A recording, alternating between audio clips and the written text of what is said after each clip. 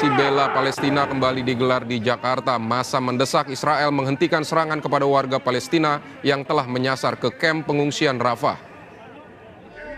Sejak Sabtu pagi, aksi bela Palestina digelar dengan melakukan long march dari patung kuda Monas menuju Kedutaan Besar Amerika Serikat.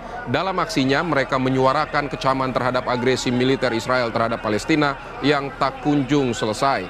Selain itu, massa juga menuntut Israel dan Amerika Serikat menghentikan pembantaian terhadap warga Palestina. Massa melihat sudah terjadi aksi genosida terhadap warga Palestina.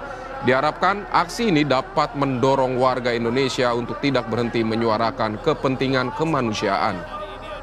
Satu, kita menyeru kepada negeri-negeri kaum muslimin untuk mengirimkan militer, mengirimkan tentara, mengusir penjajah Israel. Setelah mengusir, kemudian menangkapi para pejabat Israel. Kemudian yang kedua, kita menyuruh kepada dunia agar Israel kemudian dihapuskan dari peta dunia dan dihapuskan negaranya. Karena secara hukum internasional, Israel tidak layak disebut sebagai sebuah negara. Karena dia mengambil wilayah orang lain, kemudian mendirikan negara atas tanah itu.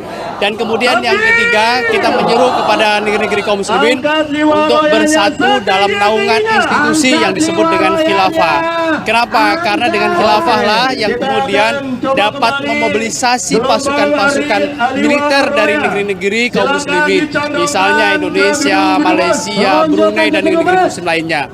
Nah, kalau tidak ada khilafah, kaum muslimin kemudian terpecah belah dengan adanya nation state. Setiap orang memikirkan nasib bangsanya masing-masing, kemudian tidak peduli kepada nasib kaum muslimin di daerah lain. Sementara di dalam Islam mengharuskan dengan ikatan akidah dimanapun daerah itu berada, selama dia memeluk Islam, memeluk sebagai beragama Islam, maka dia adalah saudara, tidak ada sekat-sekat itu. Oleh karena itu kita menyuruh kepada pemimpin-pemimpin negeri kaum muslimin untuk bersatu membela Palestina dengan mengirimkan militer dan mengusir penjajah. Alhamdulillah.